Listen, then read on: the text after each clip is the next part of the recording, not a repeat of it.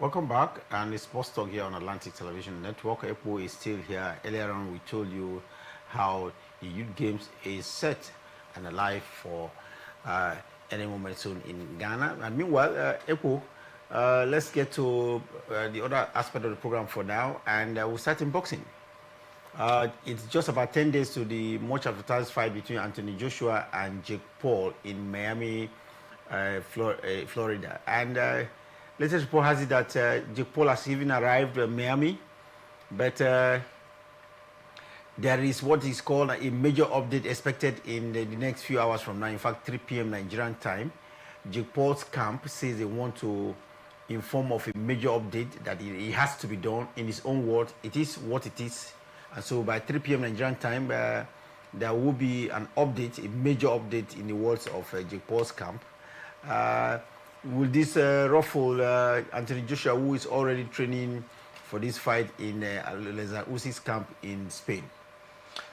I think that till the update is concluded, it's difficult to really. One will start having an ambivalent feeling about this in a bout, because anytime there is an update like this, especially few hours or few days, so encounters like this or a bout like this.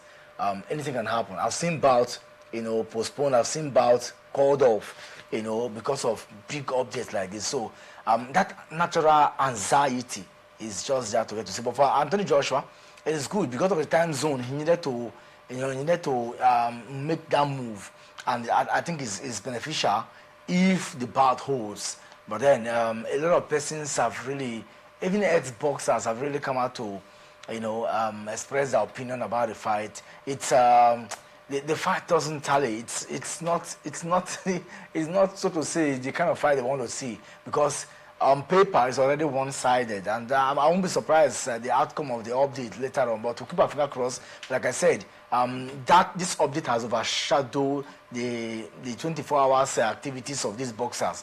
So we'll just keep our finger crossed and see how far it goes. Well, let's hope that this update coming up in the next few hours from now will be that we will not really shake the table. December 19th is the date, and today is just about 9 days or so to that much expected fight. And a lot of money, of course, is at stake for this fight. And let's see whether it will see the light of the day. Meanwhile, former British #1 Cathy Butler has missed out in the place in the main draw of the Australian Open for next year. We understand there are 104 players who have received direct entry into the Melbourne draw, including those who protected their rankings. But Cathy Butler, currently ranked outside of the 106 to be specific, have to go through qualifying at Melbourne Park. Cathy Butler, what's really been happening to her? She's one of the top players in the past, but now way out of the 100 rank. She was even the British #1 at some point before the resurgence of Emma Raducanu, early this year. Cathy Butler has been on and off. No thanks to maybe slight injury, but she takes a lot of things. She has this anger problem. There were times when she went to court, and when she loses games, she tried to be expressive to the fans. Come on. At a growing athlete at that level, I think that she should have done a whole lot. But I think that this year, unlike last year, we didn't see much of Butler. She has a decline in her performance, and also she could not even go further in any of the Grand Slams. Talk more of the 500 WTAs. I just wish her that she can go more, but it can be very dicey, because when you are outside the main draw, the implication is that you're going to play more games than those who are already drawn. And I just hope that she can pass through. Well, this is going to be a test, a method. Let's see how far she can rise to this one. But I tell you, this is the first Grand Slam of the year. Nobody want to take for granted. And I just pity her, but I also feel that she can take it as a bold step to fight harder. The rules are the rules, and it has to be followed no matter who is involved. Meanwhile, the Oyo State government has announced the free entry for the Nigerian Women Football League Match 3 fixture between Paysetters Queens and Rivers Angels. What's the purpose of this, April? I think it's basically to encourage teams to come around to get to see how far fans to see, enjoy, this particular one. Some of the time, I think this is just particularly match day 2. Madi 3. Some of the teams have not hosted at home. Rivers Angels last hosted at home the last time, no thanks to the team that pulled out from the league. So I think that every team who were playing for the first time, that mobilization of fans is just there. I knew how Faith called me the other day, come, we need to push this thing harder. It was fine, and I think it's good because when fans are carried along, when entries like this are open for them to come in, I mean, that desire to get to see what is happening around that team, and the popularity also grows. So we'll see how it goes. Meanwhile, later today, we'll see Adamawa Queens take on the Ibom Angels at the Women League. Equity Queens will take on the Edo Queens, while Rattles, Nigeria Rattles, will be up against Bayelsa Queens. In Group B, FC Robo Queens will take on Delta Queens, while Conference Queens will take on Remo Stars Ladies in yet another fixture. Abia Angels are home to Oshun Babes, while Ahundihin will host Nasarawa Amazons. I'm still looking at football stories. Yesterday, the whole networks were awash with the fact that Super Eagles coach Erichel is being owed a whooping 3 months salaries and bonuses by the Nigerian Football Federation. The other day, the Football Federation president was seen out there in the United States of America where draws for the World Cup was being made. And a lot of people had criticized his having to go, spending taxpayers' money, if you ask me, to go for the draws which Nigeria was not involved in. But yeah, it looks like a beginning of trouble again. We've often had this in the past, but Erichel owed 3 months' salary ahead of a crucial Nations Cup tournament coming up in just a few days from now. This is not a good one. This is not a good one. You see, you try to hide these things from the media, and it can't be hidden because somehow a lot of people want to see to the progress of the Super Eagles.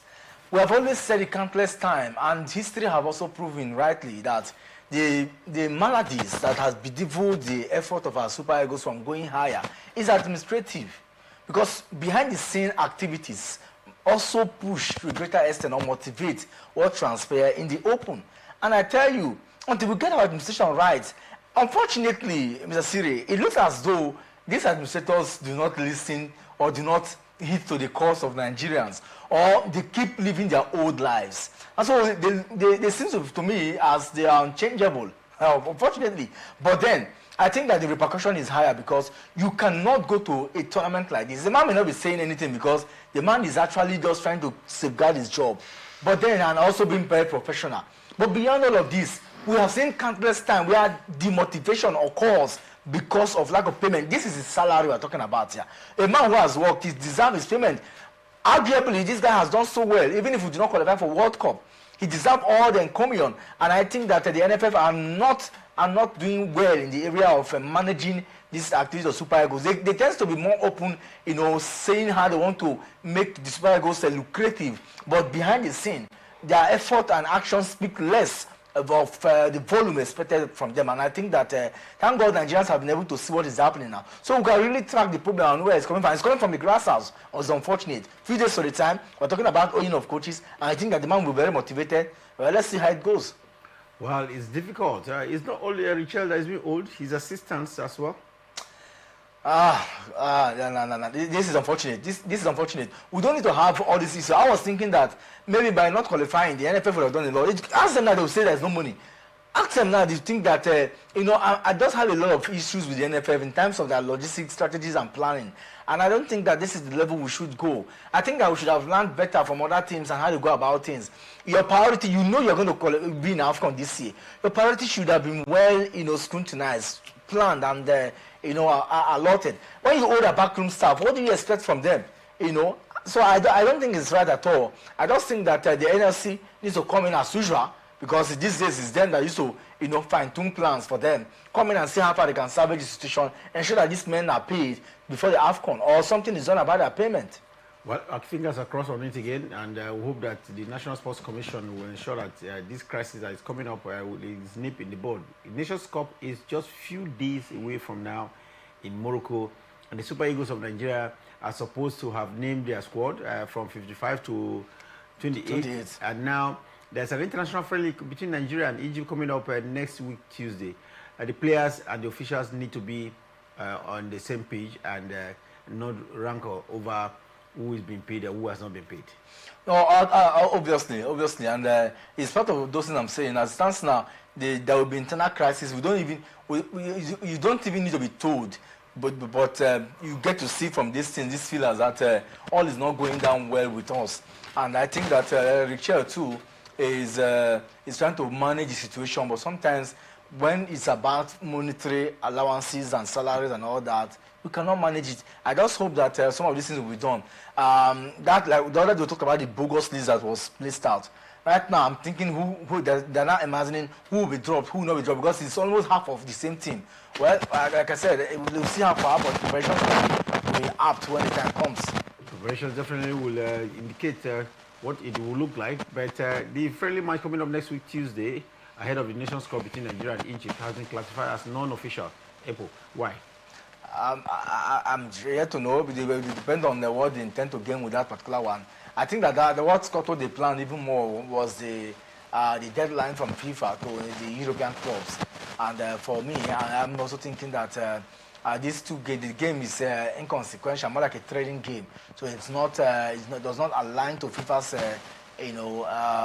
calendar. But whatever be the case, I just think that that match really does not, the vibe that originally it comes with has been diluted.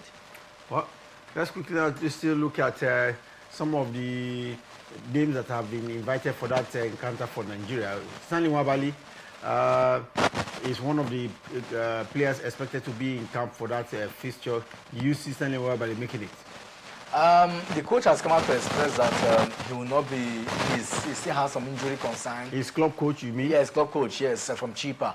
That he has some surgery to be performed in his hand. I don't know how possible is that. Why is he coming out to say now? The young man has not come. There's not been any update before now. And Nwabali will not be ruled out. Will be ruled out from this particular one. Nwabali too have not also come out to express. So I'm just thinking, what's the stand? But if the coach of his club says that this is what this is going through, then we'll believe it. But we need to start looking at maybe that could be the reason why they brought in other goalkeepers. Just maybe. But I'm just thinking that something should be done about it. Maybe more update of his injury concerns. But I think that Nwabali deserves to be part of the African Cup of Nations. Well, talking about the African Cup of Nations, it is being organized by the Confederation of African Football and this local organizing committee for the 2025 Cup of Nations. They are in Morocco already awaiting the kickoff of this tournament on the 19th. This is what happens when people prepare for Mundials. They are well prepared. Morocco is set. These are expected to arrive from the 16th of December. Exactly. The only thing they're doing now is to, allocate those to be in charge of this team, ensure that from different cities, ensure that travels and every logistics plan is well arranged. This is preparation at its best. And I think that this man has really brought a sense of organization in the affairs of CAF. And kudos must be really bestowed on him, Dr. Patrice Motepe, who has done a whole lot, in reshaping the way things are done in Africa. Mosepe and African football, no doubt, is not just brought glamour to the game. He's brought a lot of money as well, as he's a businessman. Clinical businessman who believes that finance is what propels him to do exploit. And he's understanding that, come on, if FIFA can go this far, we too, we can too. And I think as it stands now, maybe apart from Europe, we are the next in line when it comes to the confederations who are pulling in big when it comes to bigger tournaments like the African confederations, at that level. And all thanks to the man who, in terms of broadcast rights, in terms of other rights that concerns, the game, a lot has really been done. Exposure also has been broadening the frontier of the game. So, what more can we say? Well, let's quickly now bring you results of UEFA Champions League matches that were played last night. April, we had some interesting results last night. Liverpool, after all, had all 3 points against their opponents. Is Ancelotti and his team back? Obviously, they don't have a choice. Ancelotti needs to get that game. It took them a whole lot. I mean, even if you got that game, you still know that Liverpool is not at their best. But somehow they were able to overcome because of the penalties scored by Szoboszlai. You just know that, come on, these guys are still struggling. Against Inter Milan, they went all the way to Italy, San Siro, and beat Inter Milan by 1-0. Yeah, and 8-minute penalty goal. If not for the penalty goal, maybe we would have ended goalless. Because I know that the defense of of Venta were very cagey yesterday as usual, but that goal separated the both sides, and I think that will be is a sign of relief a little. The pressure will be doused a little on that man because the Mo Salah issue has really escalated in such a way that that's taken shy of the activities of the team. Meanwhile, Karamati is at least they don't know what it means to play in the Champions League. They lost at home, and the Olympiacos beat them by 1-0.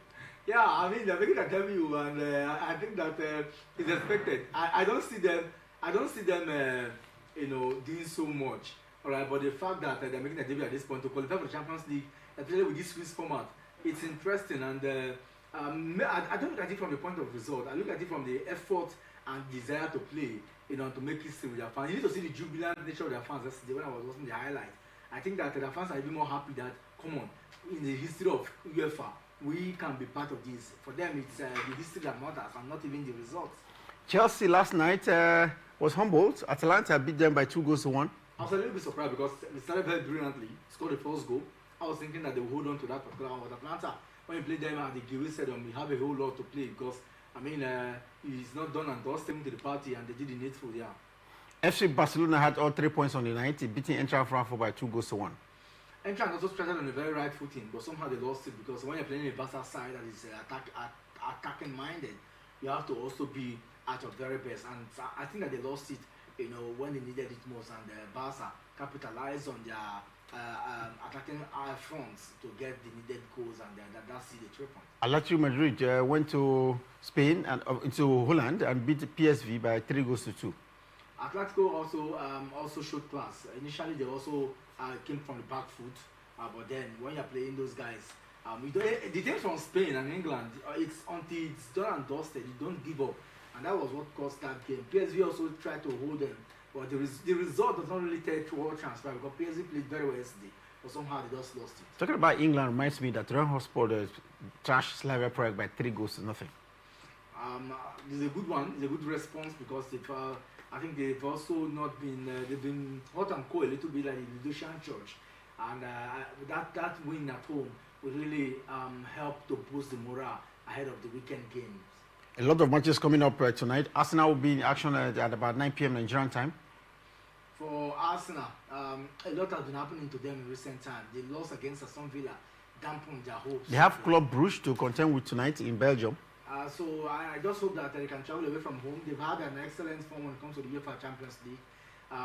Many were expecting that, come on, it doesn't matter where they play, they'll get the needed 3 points. If they get to draw this one or lose, I mean, a lot of people will be saying much about Arsenal, but I just hope that they can get the point now and also see the confidence of their supporters. Athletic Club will take on Paris Saint-Germain in one of the fixtures coming up tonight. Bayern Leverkusen will take on Newcastle United, while we'll have Benfica take on Napoli. There are a lot of crunch fixtures coming up tonight, and it promises to be very thrilling. Epo, which one of these fixtures will you keep your eye on? I think I'll keep my eye on Arsenal Club Brugge. I want to see how Arsenal will respond. They've had Real Madrid is up against Manchester City. That is another cracker of a fixture. Yes, that's a cracker of a fixture. And then Mbappe will not be playing that particular because of injury concerns. Madrid is another game because that Madrid and Manchester City game is one that will define the future of Xabi Alonso. Xabi Alonso has been given an ultimatum. He needs to win. So after the loss against Celta Vigo that day, the board went in a close session and declared that, come on, he needs to win this game if he must keep his place, because already many fans are really not comfortable with the way he's playing style. So that will be very defining tonight. Xabi Alonso, the man tipped to take over at Liverpool, but that looks like he has to really come clean first. That will be the much we can take on this edition of Sports Talk. We're running out of time. We'll definitely be back at 6 p.m. Nigerian time when we'll take an in-depth look at fixtures coming up in the UEFA Champions League. We told you how Arsenal will be up against Club Brugge in Belgium. Manchester City will be in Spain to take on Real Madrid. A lot of crunch features coming up. And beyond that, the big news coming from Miami, the camp of the boxing venue for the match between Anthony Joshua and Jake. Jake says they want to give an update that, in his own word, it has to make that major update because it is what it is. So we'll keep our fingers crossed and definitely will report the update to you on our program Sports Extraordinary coming out at 6 p.m. Nigerian time. Until then, remember, peace and unity are clearly pathways to progress. Always enjoy here on Atlantic Television Network.